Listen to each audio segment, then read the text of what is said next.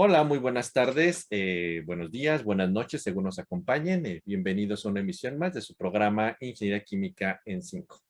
Antes que nada, pues agradecer a toda nuestra audiencia que nos sigue favoreciendo con sus visitas y sus buenos comentarios y eso nos sigue dando aliciente para seguir preparando estos programas para ustedes.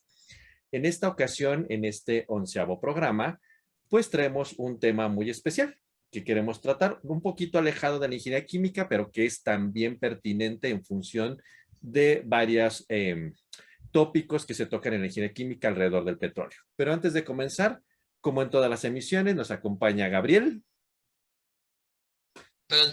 Hola, ¿qué tal a todos? César, Hola. Eduardo Hola, saludos a todos. y Juan José. Hola, ¿qué tal? Saludos a todos. Como decíamos, en este tema que queremos tratar en esta emisión, pues es un tema muy actual y muy relevante y muy pertinente respecto a dos temas que parecen ser ahora torales en la ingeniería química. Uno de ellos tiene que ver con la parte de la sostenibilidad energética asociado a la gran dependencia que nuestro modelo económico actual sigue teniendo con respecto a los combustibles no renovables, en particular la dependencia que tenemos al petróleo y por otro lado, con respecto a toda la problemática en cuestión de impacto ambiental y sostenibilidad que tenemos por el uso de todos los combustibles fósiles dependientes del petróleo, ¿verdad? Sin embargo, en ese sentido particular, el tema que hoy queremos tratar es qué ha ocurrido con esta situación de los precios de los combustibles dependientes del petróleo con relación a la situación de la invasión de Rusia en Ucrania.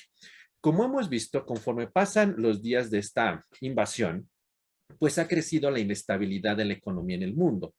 La tensión por el gas natural ruso que se consume en Europa y los movimientos en el precio del petróleo, pues ha creado lo que muchos expertos en el área llaman una cuarta crisis petrolera, cuyas consecuencias, pues hasta el día de hoy no podemos valorar ni vislumbrar ni sabemos qué efecto van a tener tanto en la matriz energética global como en la parte económica de las naciones.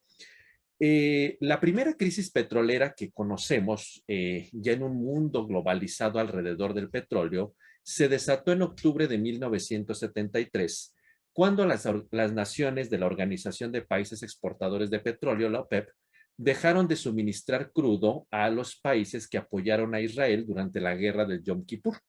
En aquel entonces, el precio del petróleo se cuadruplicó y desencadenó un efecto de inflación y bajo crecimiento en la economía, en particular en Estados Unidos.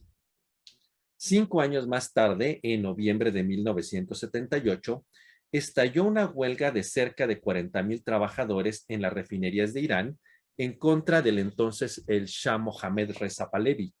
En esa ocasión ocurrió la segunda crisis petrolera.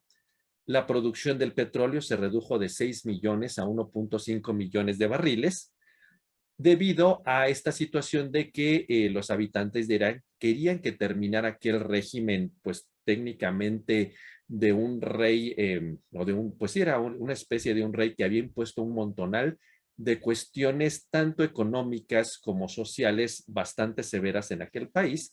Y obviamente es la salida del Shah y después con el advenimiento de todo el régimen teocrático en Irán, pues estabilizó esta cuestión petrolera.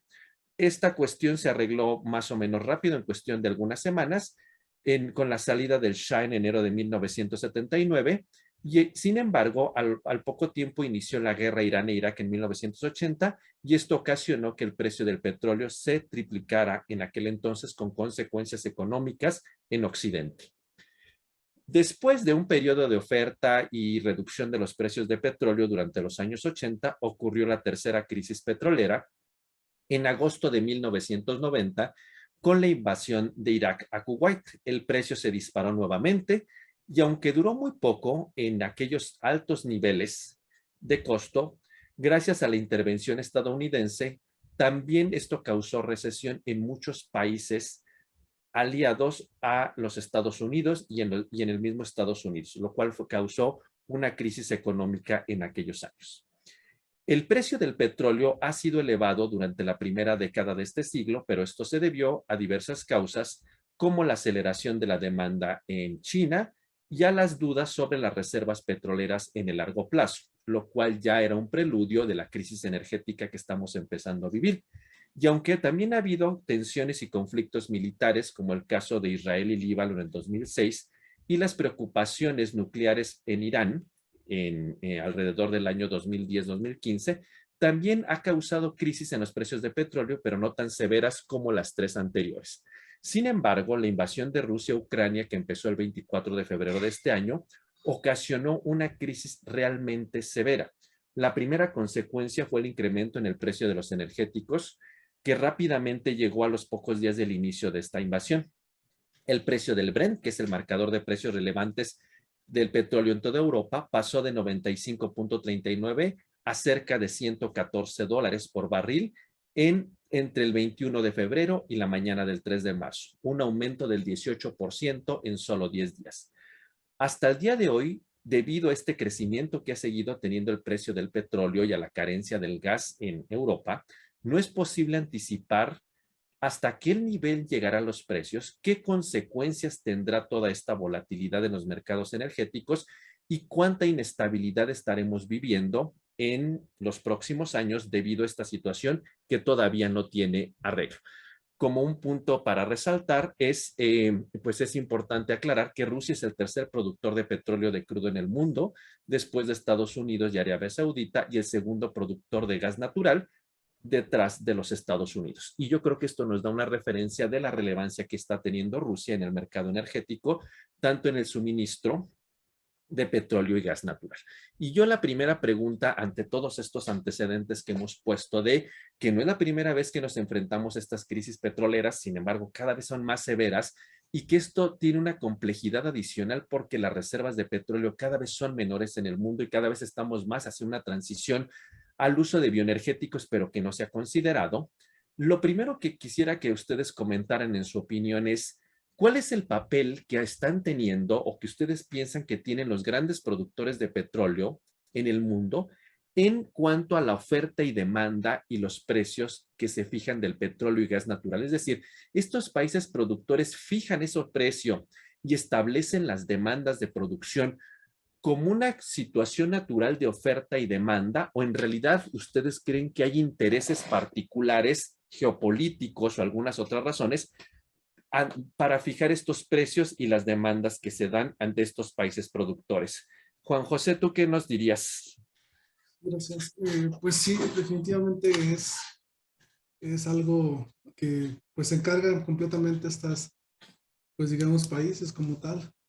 Dentro de esta pues guerra de lo que hemos visto, pues, los conflictos y tanto lo que ha venido pues, recién antes de esto, la crisis de COVID que pues impactó directamente pues en la demanda del petróleo, y ya se veía pues desde anteriormente que los países tenían una sobreproducción precisamente pues del petróleo. Entonces oferta y demanda llegan a un punto en el que pues sí ya no llevan qué hacer, ¿no? Inclusive los precios llegaron hasta, yo me acuerdo en la parte de COVID, que llegaron hasta así casi el barril de petróleo, pero al menos el mexicano llegó hasta valores así de cero, casi casi, ¿no? Negativos, de hecho, estaban en números rojos en la primera parte de la pandemia, sí fue algo que nunca habíamos visto, ¿no? O sea, es que así técnicamente estaban regalando el petróleo porque era más fácil regalarlo que tenerlo ya almacenado, ¿no? Ante esta sobredemanda. Y entonces, en ese sentido, César, ¿tú opinas que lo que debería ser una cuestión como natural oferta-demanda está regido por otros factores más complejos? Híjole, Gabriel, es un tema súper interesante toda esta parte de la geopolítica como tal. Si nos vamos a información empírica, la oferta y la demanda es lo que regiría Claro. tal cual el mercado, los precios y estarían regulados. Ya si nos vamos un poquito más a temas, digamos, hasta tintes conspiranoicos, puede haber de alguna manera quien maneje por detrás intereses particulares que rijan todo esto. Pero lo que sí es evidente y sí quisiera resaltar en todo este tema es que sí se aprendieron de las crisis energéticas que mencionaste como preludio. Yo creo la más importante es la del 73 como tal, porque justamente de ahí se aprendió que los efectos no son inmediatos, ¿no? No es como que dejaron de suplir a los países occidentales el petróleo como tal y luego hubo un impacto económico, sino a lo largo del tiempo este impacto fue permeando como tal. Digo, el efecto, si no me equivoco, fue en octubre del 73 y hasta mediados del 74 fue cuando se cuadruplicó Claro. el precio como tal. Entonces, justamente todo este efecto lo vamos a ver en un futuro como tal.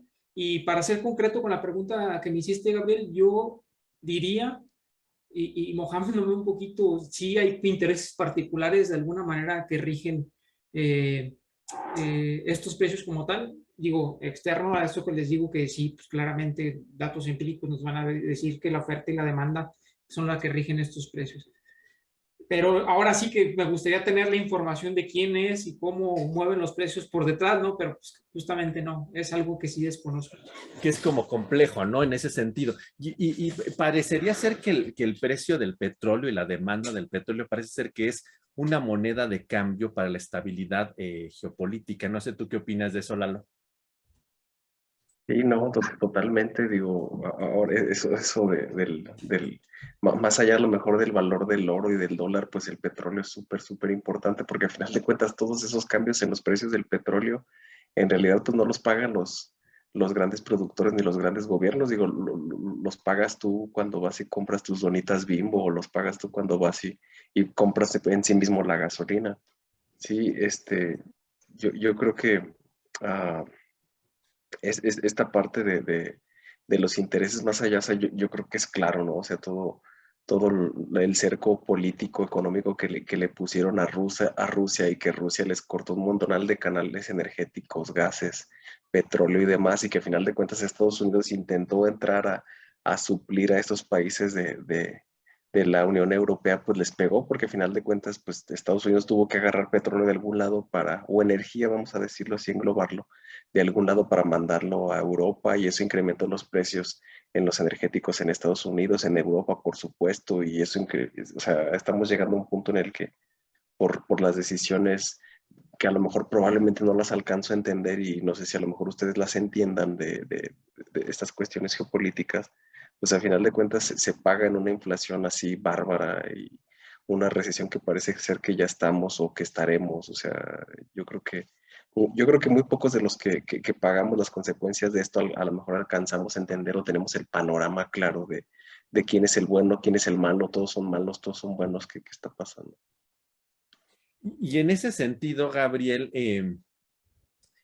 ¿por qué tú crees que en esta situación como que los países árabes, que son grandes productores de petróleo, se han mantenido muy al margen? Básicamente, bueno, aquí es una pregunta, pues ahora sí un poco difícil. Yo creo que es también hasta un tanto especulativa, por decirlo así. Yo creo que se han mantenido un tanto al margen por el hecho de que honestamente les conviene.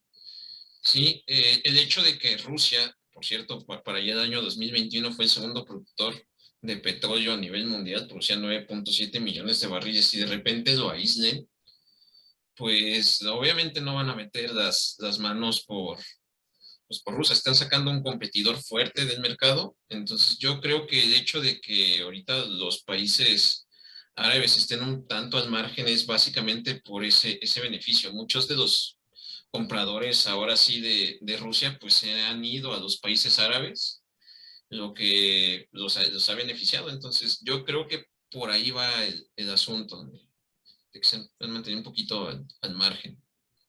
Digamos, es como una red compleja de o le metemos zancadilla a uno para tener ganancia a otros, ¿no?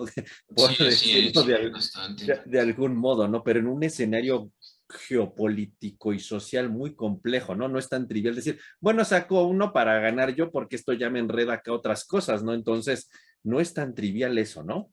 Y de hecho, finalmente acabamos pagando los usuarios, toda esta situación. Y yo creo que algo que hemos visto, inclusive platicaba yo en recientes días con alguien que está en Estados Unidos, pues que el precio de la gasolina está imposible, ¿no? O sea, es un costo exorbitante lo que cuesta ahorita la gasolina en Estados Unidos.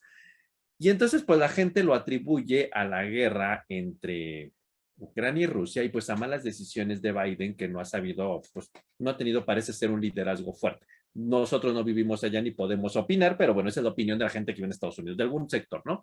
En ese sentido, ¿ustedes creen que efectivamente esta situación que estamos viendo a nivel mundial del crecimiento del precio del petróleo y que ya no está siendo posible subsidiarlo para que usuarios comunes como nosotros tengamos un precio llevadero a nuestro bolsillo, es directamente una cuestión de la guerra y de la invasión de Ucrania y Rusia, o ya es algo que iba a ocurrir ante esta pues crisis económica que venimos arrastrando post-COVID? ¿Tú qué dirías, César? Justamente no sé si Gabriel era... Gabriel, ¿ibas a tú a comentar algo? Sí, de hecho es una pregunta bastante interesante. Yo creo que sí es un efecto directamente de la guerra. Por ahí había estado revisando antes de esta charla, pues ahora sí lo que era el índice S&P 500 de Estados Unidos, que es el índice de las 500 empresas, que engloba las 500 empresas más importantes de Estados Unidos, y ha tenido una caída del 15%, la mayor en muchos años. Y de hecho justamente coincide pues, con la guerra de Rusia, ¿sí? Justamente se ve el pico cuando empieza por ahí de enero, febrero, que empiezan a caer el índice. Entonces, y bueno, aquí cabe resaltar que incluso, bueno, dentro de esas empresas, pues están las empresas petroleras. Entonces, yo creo que la guerra de Rusia y Ucrania ha afectado bastante, más incluso de lo que pudiera parecer. Y en ese sentido, César, un poco completando la idea de Gabriel, era, entonces tú también pensarías que es una consecuencia directa o ya veníamos arrastrando esto que iba a llegar un día. Yo difiero un poquito de Gabriel, yo creo que claramente ya venía, ya es una inercia que pudo haber catalizado lo que es esta transición energética que tanto queremos como tal, pero ya es un efecto, como lo comentó en su inicio JJ, que ya veíamos desde la pandemia, que ya veíamos desde antes. Yo no se lo atribuiría como tal a la guerra. Ya hemos tenido muchas cuestiones que van, digamos, se van sumando pues a que existe esta crisis energética. Desde pues que se están acabando yacimientos, que la exploración para nuevas energías. Hay muchas cuestiones que se han venido arrastrando, como lo digo, y no, justamente yo creo que sí ha abonado, pero ya era una tendencia clara a que iba a suceder. O sea, estamos en esa parte de crisis energética ya muy marcada. Yo recuerdo hace como unos 10 años, tal vez, que el precio del petróleo también llegó a precios muy exorbitantes, como a $150 por barril. No recuerdo, tal vez hace unos 10 años, tal vez. Y aquí viene este comentario de que, bueno, en aquel momento, como que dijeron la gente que se dedicaba a los biocombustibles, es el momento porque esto como que el precio ya se iba a quedar súper arriba y era el momento de que los biocombustibles podrían empezar a ser competibles porque, como dice César, parece ser que la falta de reservas de petróleo, cada vez es más costoso extraer el petróleo y refinarlo, pues daba ya margen a empezar la transición energética, pero de la nada los precios bajaron otra vez como a $30-40, así mágicamente ante esta situación geopolítica que desconocemos, ya cuando lo natural era, ya no hay reservas, ya no hay muchas, es muy costoso, entonces ya los biocombustibles otra vez dejaron de ser una opción porque ya no fueron rentables. Entonces, en ese sentido, Lalo, ¿crees que ahora sí es el momento de los biocombustibles o otra vez intereses oscuros nos volverán a jugar algo contra la sostenibilidad que tanto queremos? No, yo creo que los biocombustibles todavía no. Yo pienso que todavía no. Y de hecho, digo, a lo mejor me voy a regresar un poco, pero es que igual, o sea, yo aquí difiero totalmente con César.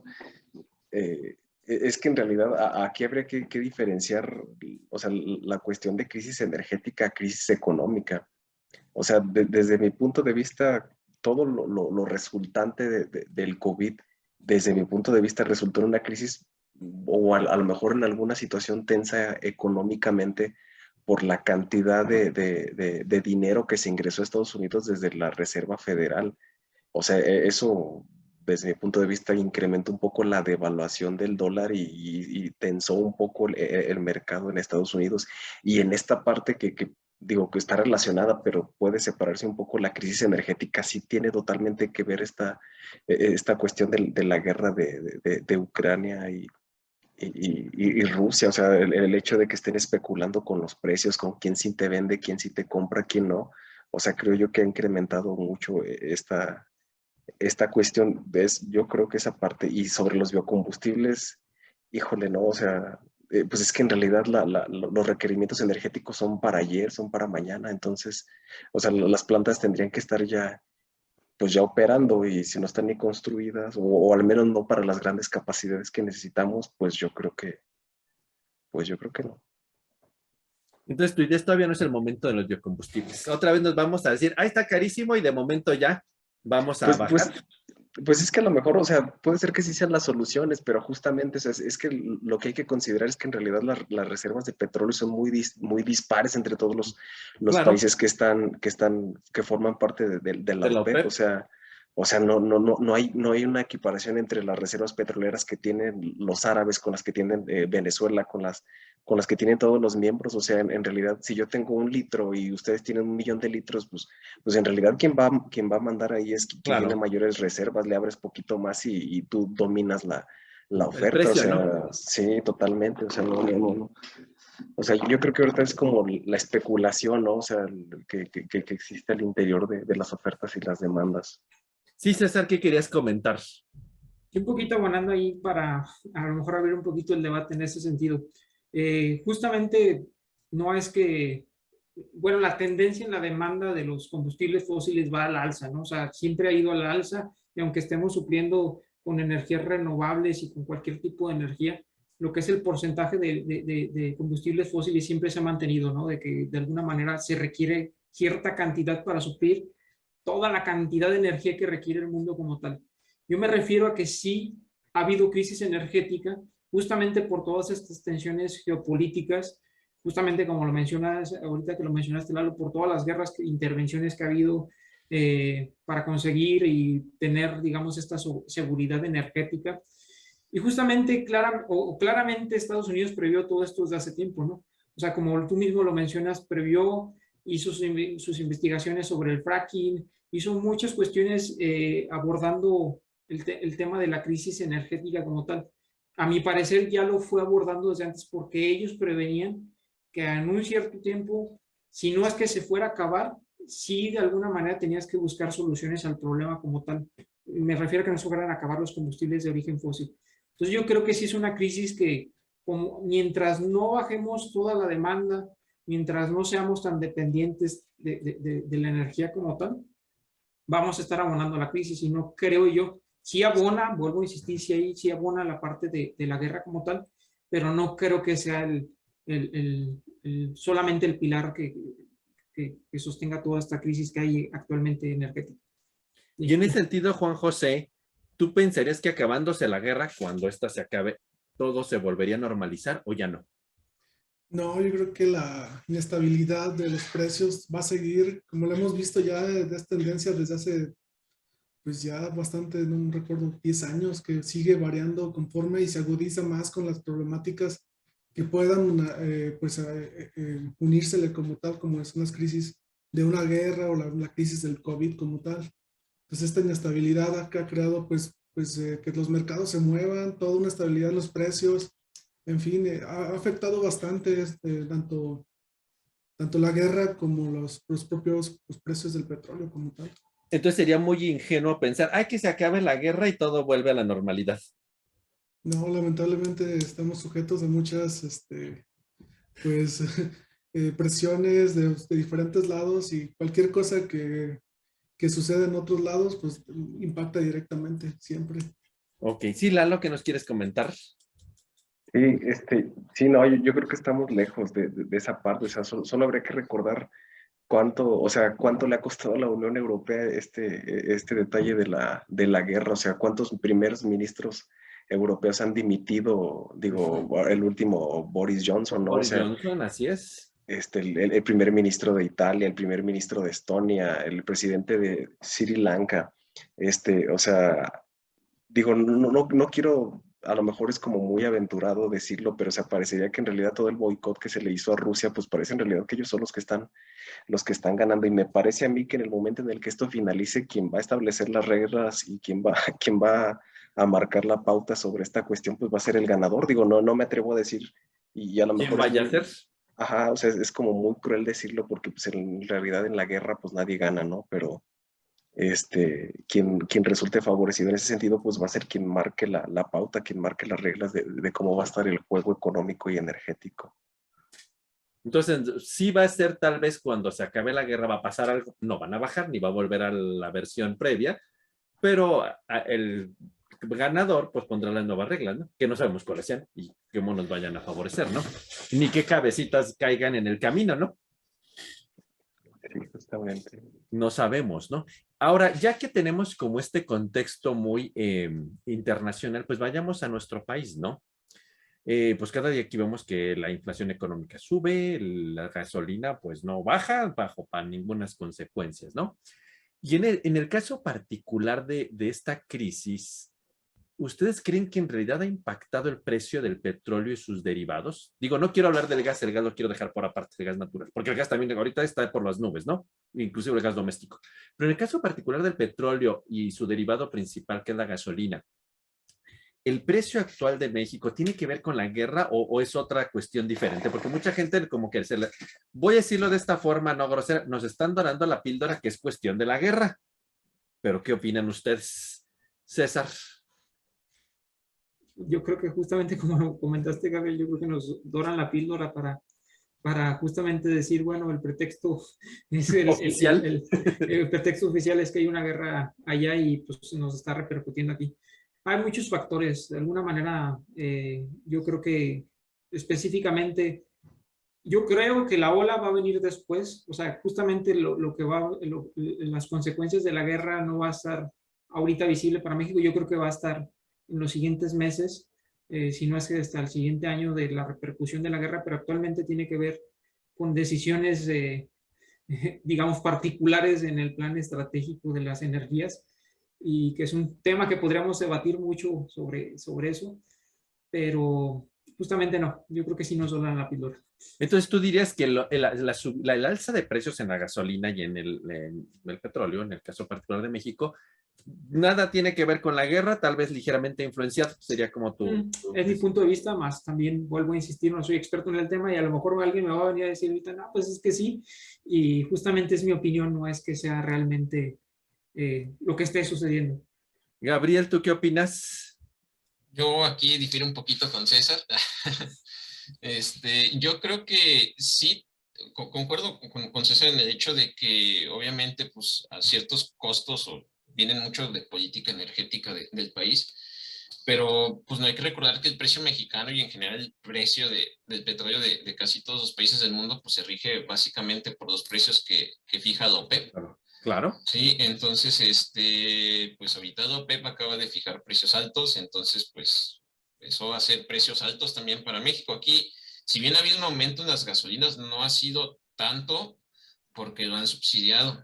Sí, estamos ahorita subsidiando la gasolina, bueno, estamos subsidiando un poquito, le quitamos el impuesto, pero eso es un reflejo de que efectivamente, o sea, bueno, para mí eso es prueba de que efectivamente la guerra de Rusia y Ucrania, pues está haciendo un poco de mella aquí en ese sentido. Digo, antes de febrero, esos subsidios o ese impuesto, pues no se descontaba. Sí, quedaba íntegro para el gobierno. Entonces, yo creo que eso puede ser, digamos, si no una prueba, sí un indicativo fuerte de que la guerra de Rusia y Ucrania está pegando en el costo de combustibles. En el particular de la gasolina, ¿no? Así es.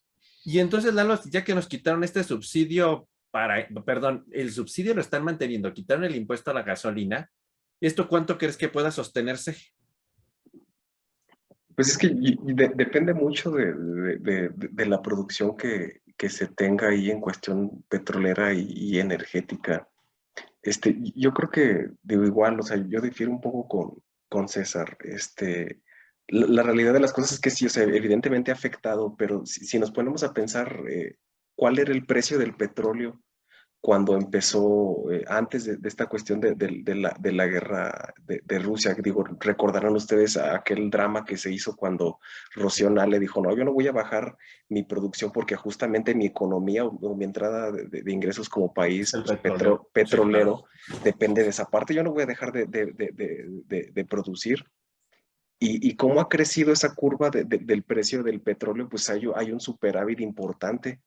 digo, yo espero que se mantenga porque de alguna otra manera México se ha beneficiado y a lo mejor si hacemos ahí cuentas rápidas, pues en realidad todo ese subsidio que aplica el gobierno de México al petróleo o incluso esa cantidad de dinero que gastó el gobierno de México en adquirir Deer Park o en el gasto de la petrolera Olmeca, pues en realidad mucho de ese fue, pienso yo, patrocinado por ese superávit que se generó a la hora del costo de previo a cómo la incrementó guerra. el costo, sí, claro. O sea, en realidad yo creo que hubo un beneficio para México en ese incremento de precios. Probablemente, pues bueno, estaremos sufriendo en otras cosas, pero ese incremento en el precio de alguna otra manera nos vio beneficiado y creo que de ahí pues se está subsidiando, de ahí se están comprando, o sea, compraron, supongo, la refinería de Deer Park y la Olmeca, o sea, O sea, pues bajo tu óptica, entonces no ha sido tan malo para nosotros.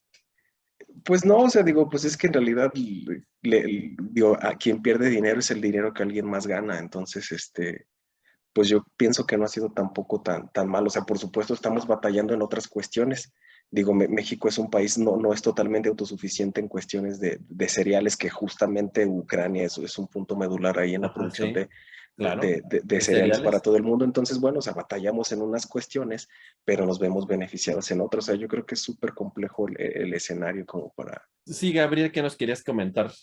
Y bueno, un poquito difiriendo tal vez con Lalo, yo no estoy tan seguro del beneficio que traiga esto para México. Por ahí estaba checando, que pues bueno, las ventas petroleras de México pues solo son el 3.5% del PIB. Entonces, pues bueno, para mí no es tanto que justifique como un beneficio. Yo creo que es como un arma de doble filo. Sí, por un lado ganas más, pero por otro lado estás invirtiendo más o estás gastando más dinero, por ejemplo, en subsidiar la gasolina. Entonces, digo, ahí no sé cómo sea la relación costo-beneficio, pero yo sí dudo que sea pues, sustancialmente beneficioso para México. Yo sí, ahí tengo alguna que otra duda. Sí, sí, sí. Sí, Lalo.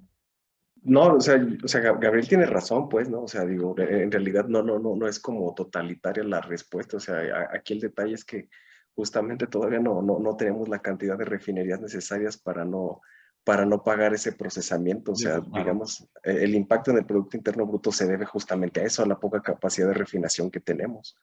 O sea, sí, no es claro. O sea, Gabriel tiene la razón, pero digo, bueno, o sea, Pero en ahora sí que apariencia ha habido una ganancia económica que en el PIB total parece ser no tan representativa y sí. podría no ser tan, no sabemos qué impacta en lo general, ¿no? Sí, si tuviéramos más capacidad de refinamiento, no, hombre, estaría súper bien esta parte. Y en ese sentido, tú que estás cercano a la industria, Juan José, toda esta situación del precio de la gasolina, ¿cómo lo han visto la iniciativa privada? ¿O qué dice o qué opina? No, pues sí, está incrementándose. ¿Sabes? Hay una preocupación pues muy generalizada en cuanto a, pues, a dónde va a parar esto completamente, los precios tanto energéticos, de la electricidad, como de algunos otros sectores, como por ejemplo fertilizantes, de los que yo he sabido que ya alcanzan Pues también precios, la parte pues como alimentaria, ¿no? Esta parte de los cereales, como decían, también está siendo un problema. sí, toda esta parte es preocupante, pues, para dónde se va a llegar completamente. ¿Va a haber algún subsidio más adelante para esto? ¿Qué es lo que tiende a hacer pues, el gobierno mexicano? No sé. O realmente ya buscar otras fuentes de energía para poder Pues el subsidio lo van a mantener, así como hicieron ese pacto para que no subieran el precio de la canasta básica, ¿no? Que fue algo parecido ante esta situación. Digo, no tiene que ver mucho con el tema, pero digamos es una política muy generalizada en nuestro país, ¿no? Ya lo hicieron con la canasta básica, ahora están subsidiando un poco la parte Sí, de la gasolina, en este caso particular. Entonces, pues no sabemos, pero a la larga, pues no sabemos qué puede ocurrir con la economía integral del país, ¿no? No lo sabemos. sí, Pero sí parece ser que en la industria privada está viendo con preocupación esto, porque no hay una solución categórica, ¿no? Que digan, bueno, vamos a hacer esto como una solución definitiva ante esta situación tan compleja que no se va a acabar con la guerra y que parece ser que es algo que se va a ir complicando conforme las reservas petroleras se vayan también agotando, ¿no? sí, también además mencionar que también esta alza de precios, pues al final de cuentas quien lo termina pagando somos nosotros. Y ya ves Completamente, y ya ven que entonces, siempre el pretexto es que ya subió la gasolina. exactamente. O sea, lo que decían por ahí en algún lugar leía o escuché, ¿no? Que dicen que, bueno, es como natural crece la gasolina, entonces el transporte, pues impacta el costo de transportación y entonces pues ya todo tiene que subir, ¿no? Alguien lo tiene que pagar al final, ¿no? Pero finalmente, pues es como la forma de salir al paso la iniciativa privada ante un incremento, ¿no? Y entonces alguien dice, bueno, que sigan subsidiando la gasolina a precios bajos, pero pues la economía del país no sabemos si lo pueda sostener, ¿no? Entonces es un problema complejo, ¿no? Y entonces entre la crisis energética y la crisis económica, pues es como una espiral de que no sabemos a dónde vamos a llegar, o no, a dónde podríamos llegar en una crisis realmente severa, ¿no?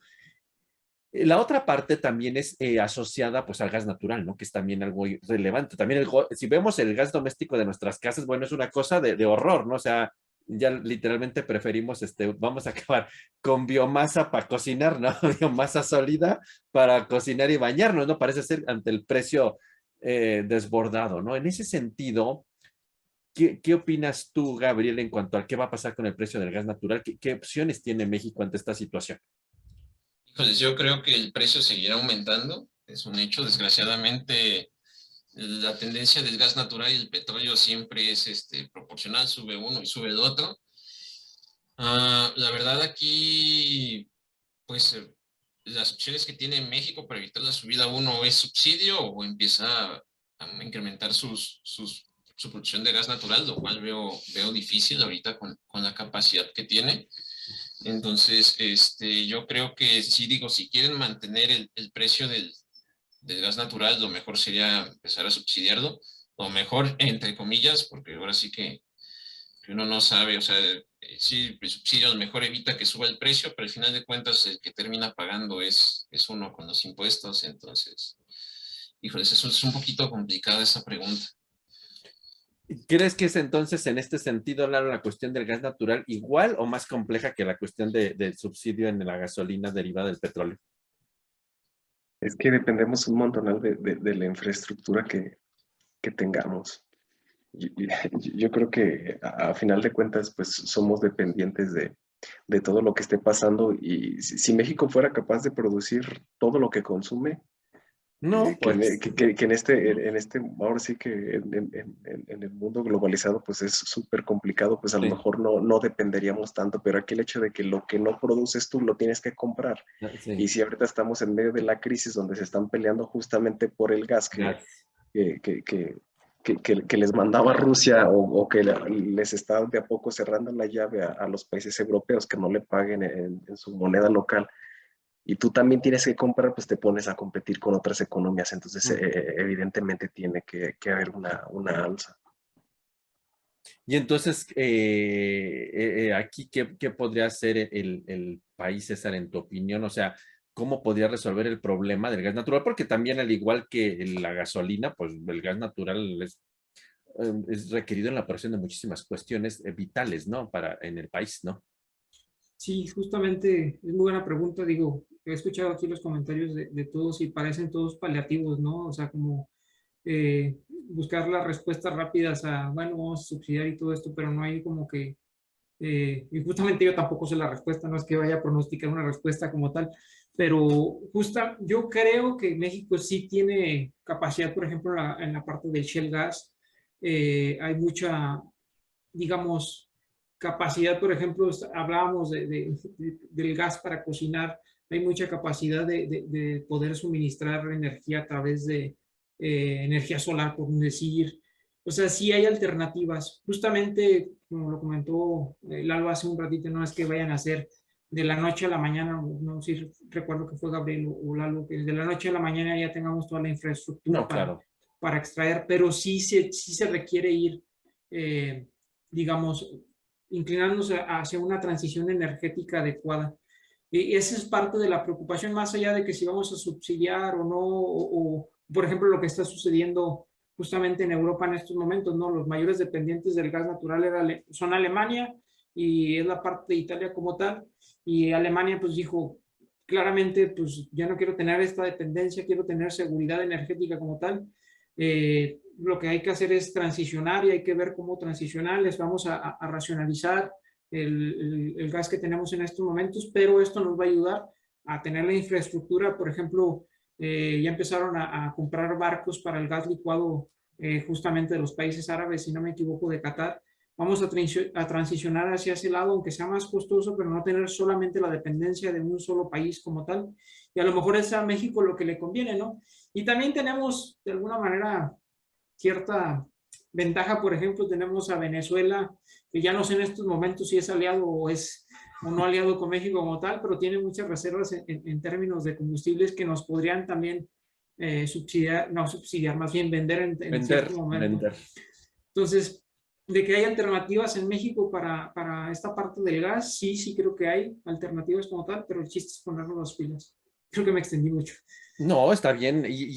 Abundando un poco a la idea de César, Juan José, ¿tú crees que en México tenemos posibilidad de tener cierta soberanía o independencia con respecto al gas natural o siempre vamos a ser dependientes de alguien? Yo creo que pues debido a como comentaron hace un momento, pues lo grande que es el país y los consumos que se tiene, pues sí, pensar en que vamos a suplir completamente las necesidades de gas en todo el país es un reto bastante fuerte. Y pues prueba de ello es que se han hecho pues ya de diferentes infraestructura, como comentaba Lalo, que ya se tiene, pues precisamente para que traerlo de otros lados, porque precisamente nosotros todavía no tenemos la capacidad todavía para poderlo pues producir como tal y distribuirlo también de alguna manera. Entonces, no es complicado, no creo que se llegue, pero bueno, algunas de las soluciones es pues seguir apostando por esto fósil, o como ya hemos platicado en otras ocasiones, o hacer la transición a una matriz energética pues ya de Más sustentable variada, como ¿no? tal. Algunos países ya le están apostando completamente a, pues, por ejemplo, ya al hidrógeno como tal, que son cosas que ya son de mayor escala, que pueden pues cubrir de alguna manera esas necesidades, pero todavía estamos pues nosotros pensando, debatiendo si es bueno, si es malo. Yo creo que ya deberíamos estar actuando y deberíamos ya estar proponiendo estas tecnologías para poderlas implementar ya a una escala industrial. Sí, claro. Y bueno, ya retomando un poquito como para ir acercándonos al final del programa, quizá esta plática de esta ocasión fue un poco más entre cuestión económica, política, geopolítica, etcétera. Pero desde su punto de vista como ingenieros químicos y con esta formación cercana que tenemos a la de ingeniería de procesos y con toda esta visión un poco socio-geopolítica del mundo, en el caso particular de México, ¿qué veríamos como una estrategia integral para poder salir del paso más allá? Quizá ya les empezaron a esbozar, ¿no? Pero que pudiéramos decir ya como entre una base tecnológica, pero obviamente no puede ser independiente de cuestiones sociales, políticas y la geografía mundial. En este caso, por ejemplo, Gabriel, ¿tú qué sugerirías para México desde ese enfoque de un ingeniero químico, politólogo, sociólogo, geográfico, político? ¿Qué solución darías para el caso del petróleo y gas natural? ¿Tú qué sería tu idea para poder tener cierta soberanía energética? Híjoles, la verdad es que es un poquito complejo. Yo creo que una sola solución o una sola ruta no es suficiente. Yo, por ejemplo, ¿qué es lo que propondría? Uno, hacer más eficientes los procesos. Definitivamente mejorar la tecnología, empezar a aplicar más técnicas de intensificación, o sea, intentar hacerlo más energéticamente rentables, ¿sí? Dos, intentar diversificar, ¿sí? La energía del país, no depender solo del petróleo, depender de, por ejemplo, tal vez empezar a diversificar energía hidráulica, eólica, solar, empezar a diversificar un poquito eso para, por si afectan una, pues bueno, tengas pues las otras que te ayuden, ¿sí?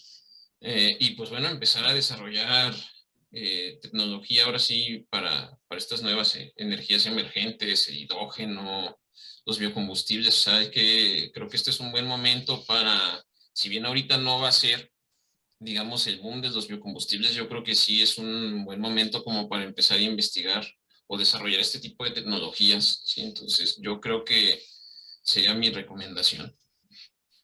En ese sentido, Lalo, ¿tú qué dirías? Híjole, a lo mejor me van a colgar, pues, pero es que, híjole, yo creo que no está mal, pues, que sigamos utilizando energías no renovables. O sea, por supuesto entiendo las consecuencias y a lo mejor quien me esté escuchando va a decir, este tipo está loco, será que está conectado aquí. Pero es que en realidad la idea de seguir, o sea, mi idea no es depender totalmente de los combustibles fósiles, pero yo creo que sí lograr el equilibrio adecuado para no estar pasando por estas cuestiones, ¿no? O sea, digo, ya, sin meterme a política y sin ninguna tendencia, pero todo el mundo criticamos que el hecho de que la refinería, ¿no? Y que para qué gastamos en una refinería, hay que apostarle a los paneles solares y hay que apostarle a la energía eólica y no sé qué tantas cosas. Digo, bueno, a ver, y yo me pongo a pensar, digo, Estados Unidos tiene ciento y cacho refinerías, 130, 135, no recuerdo en este momento el dato exacto. China tiene más, India tiene también por ahí una cantidad considerable de refinería.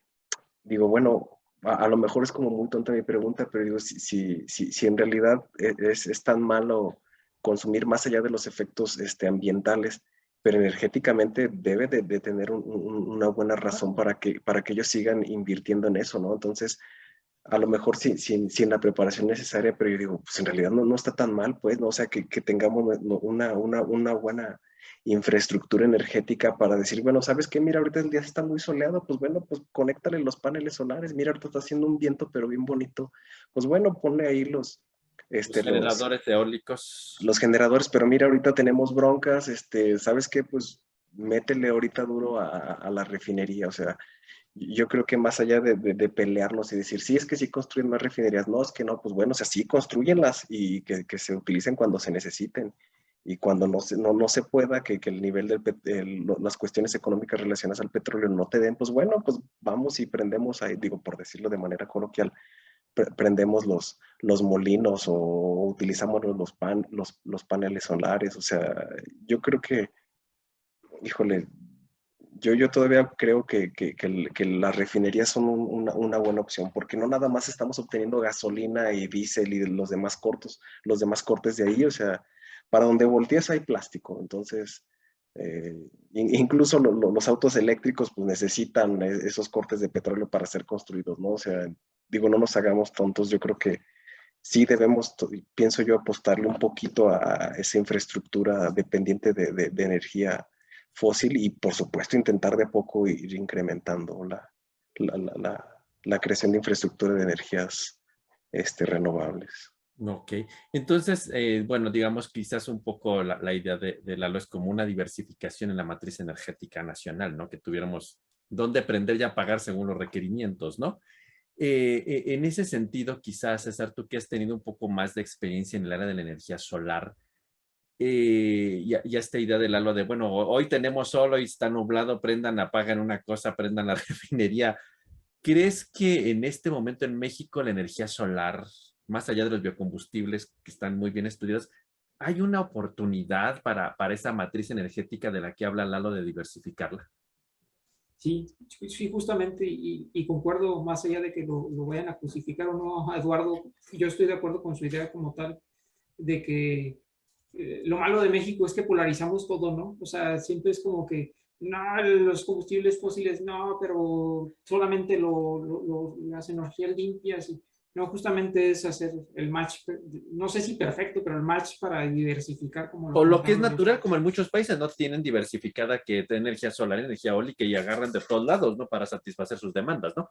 Justamente veía algunos datos, por ejemplo, de Alemania como tal, que, por ejemplo, para las redes de casa, el 47% de suministro de energía eléctrica, el 47% venía de energías limpias, pero el 12% venía del gas natural, o sea, tenían diversificado de alguna manera. Y digo, respondiendo, más bien abonando esa parte, yo también estoy de acuerdo con Eduardo en ese sentido. Ahora, a lo que me preguntas, Gabriel, yo creo que sí hay oportunidad, pero también hay pros y contras, ¿no? O sea, no estamos listos todavía económicamente, por ejemplo, no es tan fácil, aunque ya se han abaratado mucho el costo de las celdas comparado con hace muchos años, no es que vayamos a poder o tengamos todos los ingresos económicos para tener celdas solares en nuestras casas, ¿no? Es algo que se oye muy bonito, pero no es como que realmente sea tan aplicable. Ahora, ¿qué también pasa con las celdas solares? Que es un tema que me gusta mucho y que lo he defendido mucho, pero también es algo que ahorita están pensando todas las personas en Europa, ¿no? ¿Qué van a hacer después? Va a haber, digamos, con las celdas solares, cuando ya sea su vida útil, que va a ser desperdicio, va a haber cementerios de paneles solares. O sea, hay pros y contras en todo. Los procesos para llevar a cabo la producción, digamos, en base al silicio de estas células solares son demandantes energéticamente. Entonces, imagínense poner plantas en México, pues también requieres de esta energía que aplicaba Eduardo hace un momento. Que viene Claro, de algún lugar tiene que salir del petróleo, ¿no? Exactamente. Entonces, pues sí estoy a favor, y, digamos, de diversificar. No creo que la energía solar sea la única, tiene como México tiene mucha captación, tiene mucha radiación solar, puede ser una alternativa, sí, justamente, pero hay que diversificar, ¿no? No nada más casarnos con una, ni limpias ni no limpias, a mi opinión. Entonces, digamos, parece ser que una opinión generalizada hasta ahorita es que una forma de salir de estas broncas económicas que a veces nos vemos en México en los combustibles principales como es el gas natural y la parte del petróleo sería que tuviéramos la capacidad de una diversificación en la matriz energética, ¿no? En ese sentido, parece ser. Y Juan José, ¿la industria estará lista para diversificarse a este nivel? De decir, voy a tener mi generador eólico, mis celdas solares, no sé, o sea, ¿estaremos listos en la industria? Pues ya hay muchas tendencias en respecto al uso, ya pues prácticamente las políticas han impulsado mucho esta parte de tener energía pues renovable o parte de ella pues que se obtenga de forma renovable. Como dice Eduardo, pues tal vez no sea tan drástico el cambio ya de allá para mañana ya voy a usar biomasa, por ejemplo, para producir energía, ¿no? Pero sí, paulatinamente se tiene que ir desarrollando y siento que el sector industrial todavía no le apuesta tanto a la parte de obtener energía o de tener algunos recursos para, pues para su uso y sigue dependiendo mucho pues del petróleo, como lo acabamos de comentar. Entonces siento que le hace falta apostar un poquito. Yo ahora ya veo un poco más en el sentido de, como comenta César, de que se ha introducido más la parte de fotovoltaica de alguna manera pues muy marcada en pequeñas empresas como tal, que ya cuentan con ya sus paneles solares pues para reducir un poco de alguna manera sus consumos pues de electricidad, pero pues todavía sigue un poco atrasado, ¿no? Siento que a los industriales les falta ahí meterle un poco, apostarle más que nada ya algo de estas fuentes, tanto solares como de viento, como algunas geotérmicas, puede ser también. Entonces, hay mucho que hacer todavía, pero sí. Pero las industrias, digamos, si México llegara a esa diversificación, podría estar lista para eso, ¿no? Podría ser Sí, en el fondo, ¿no? sí. Y quizás para finalizar ya con una respuesta así súper rápida, muchachos, sería, ¿México todavía tendrá posibilidad de seguir en su economía, aunque sea poquito, dependiendo del petróleo, o deberíamos ya olvidarnos de ese mito y ya dejarnos de creer que somos un país petrolero? ¿Tú qué dices, Gabriel? Así muy rápidamente. Yo creo que México va a seguir dependiendo del petróleo, pero sí ya no depende como antes, lo dice el mismo PIB, ya solo el 3.5% pues, de la economía depende del petróleo como tal. Está bien, está mal, pues bueno, de eso dependerá. Sí, por un lado está bien, por otro mal. Yo creo que también está bien diversificar un poquito la economía y dejar de depender. Yo creo que es esa tendencia pues de todos los países, incluso los mismos países árabes han intentado ya diversificar su economía. Yo no lo veo mal. Entonces, tampoco voy a decir así como que, ya, adiós petróleo, bye. No, simplemente lo mismo, la misma respuesta que di anteriormente. Yo creo que la diversificación es lo ideal. La clave. La clave, sí. Lalo, ¿tú qué dirías? ¿Ya nos olvidamos de eso, de que somos países petroleros? Pues yo creo que aquí, como comenta Gabriel, o sea, es importante la diversificación, pero lo que sí yo creo y que sí apostaría, pues, digo, si estuviera en mis manos, o sea, al menos a satisfacer o intentar satisfacer la demanda que tiene el propio país de manera energética, o sea, digo, no sé, estoy seguro que a ustedes les tocó en otros sexenios, ¿no? Era la crítica que siempre se tenía hacia Pemex, es que cómo es posible que se saque el petróleo y se mande allá a maquilar a Estados Unidos y nos regresan la gasolina. Y ahora que sí queremos, bueno, que el gobierno está interesado en generar refinerías, pues la crítica es cómo es posible que esté generando refinerías cuando, pues bueno, hay que apostarle a otros lados. O sea, yo creo que sí hay que diversificar. A lo mejor sí digo, sí, no hay que tener ahora sí que todos los huevos de la gallina en una sola canasta, pero pienso que intentar ser energéticamente soberanos. Sería muy bueno, sería muy provechoso. O sea, digo, no particularmente depender del petróleo, diversificar en otras áreas, pero sí ser energéticamente totalmente independientes. De todo, pues, ¿no? Energéticamente, alimentariamente, de todos los aspectos, pues, ¿no? Pero creo que es aislarnos una parte del mundo, pero pues sí. O sea, yo creo que no hay que olvidarnos que somos petroleros, hay que utilizarlos de manera adecuada y, pues bueno, ajustarnos a lo que el mundo dicte. César, ¿tú qué dirías? Justamente me quedo con la última parte que dijo Eduardo como tal. Yo creo que no hay que olvidarnos justamente que somos petroleros y apostarle también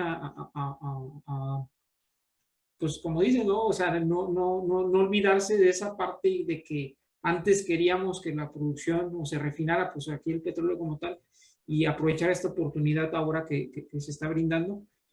Pero también concuerdo con lo que mencionó tanto Gabriel como Eduardo, que tenemos que diversificar. O sea, no todo, no llamarnos como un país justamente petrolero, pero sí tener, como lo mencionó justamente Eduardo, soberanía energética. Muy bien. Y Juan José, ¿tú qué dirías para cerrar? Sí, el oro negro va a continuar en Ay. en nuestra matriz energética por bastante tiempo, hasta que no se diversifique como tal, ¿no? Pero bueno, hay que hacer esfuerzos por seguir pues evitando el uso de combustibles fósiles, ¿no? Por todas las problemáticas que hemos comentado que trae precisamente el uso de estos combustibles y pues por fuentes renovables como tal. Entonces espero en algún día podernos depender menos cada día más, menos de esta fuente del petróleo y del gas. Pues sí, yo quisiera nada más cerrar con un comentario que recientemente por ahí leí en el Washington Post. En una conferencia que dieron en el Instituto Mexicano en Washington, pues un experto en estas cuestiones de crisis energéticas nos decía que pues México pues tiene un riesgo quizás muy grande o el riesgo más grande que ven estos expertos es en el gas natural.